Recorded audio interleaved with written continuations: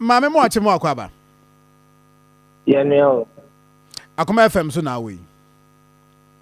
But odi ni na saying. Me ni ayikushi Philip. Ni e dia mo ta frame wo me pese aso papa ni ayikushi Philip. Okay. Why assembly member for Domeabra how many terms? The first time na me we. O first time now we. Juba office here ben. But o ba 2024. Okay. It was about my 19 December 2023 and about 2024. Minya ene mo koto vote of no confidence. Ewo mo MC so obekobi. About I'm a copy. Okay, so about 2 years and I know the end of the ultimate nkan ha. I know they mean to me down. Ewo trim.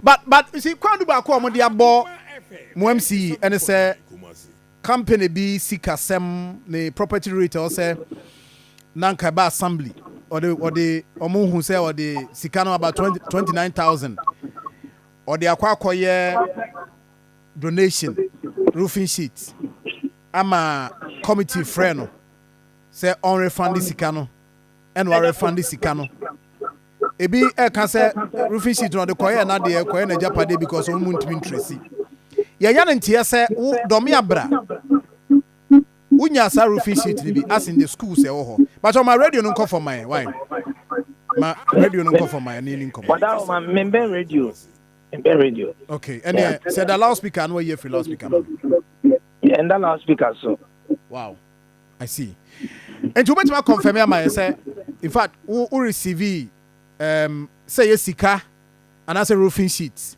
say yesika for what purpose roofing sheet there no so baba here then yeah that's it me school that so I am DHS for no I pay me the letter for assembly or am I more estimate of 24,000 say it made the juma di ni na and the assembly ni ma me check of 20,000 this up me push check in the amount I check no why na endorse check in amount if I tell you finance and endorse are checking amount if I try okay na we are where say the MC sika assembly ne say wakoje property rate dey aye no no ankasa ne personal you know we are where say sika ni bi ne ba ho dey Akoma FM 87.9 yes you moving shit on the mami o sika no the mami and at the assembly ne kan wan sem no assembly sika o dey akwaje roofing sheet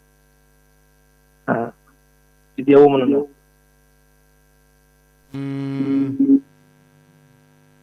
eju de wo di sika wan roofing sheet which you believe say from the assembly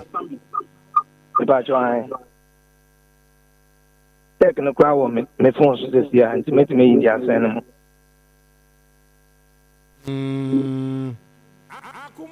and I'm more expressing more appreciation for that donation no to why school no na dey get ma assembly no municipal assembly no me my headmaster na show school near school by am school near school by friend is Domeabra MAJHS Domeabra MAJHS JHS okay na asemi ba no we are where see about school ni din say mo kan school sa mo je roofing sheet no bi we are where say mo mabom din me ba to assembly say ase no omo de sa allegation ba e ma mi ya no say ye school ni sa kan e sika ye de bedi juma no na nye roofing sheet I the boss no ya na ekoto ye eni ndua ni bibia workmanship na no my 20,000 enti e ba no ombo school din but committee net na se no mo frɛ wa na tinena me ka committee no we are committee member. Member so the petition ko na me ka ho. Hey. Mo petition ya na wo ka ho bi. Member so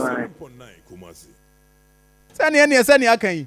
Ene wo ko 2 years o ana. And the mint share do. Now we are petitioning they say obviously himself ko 2 years. That's we are gang leader. There be when you gang accept. No man enko ye ni pese 2 years. Because you born ko edu ba ko edu. Emu bi enu otimi ya no ye mai. Tenya room shit nko accept.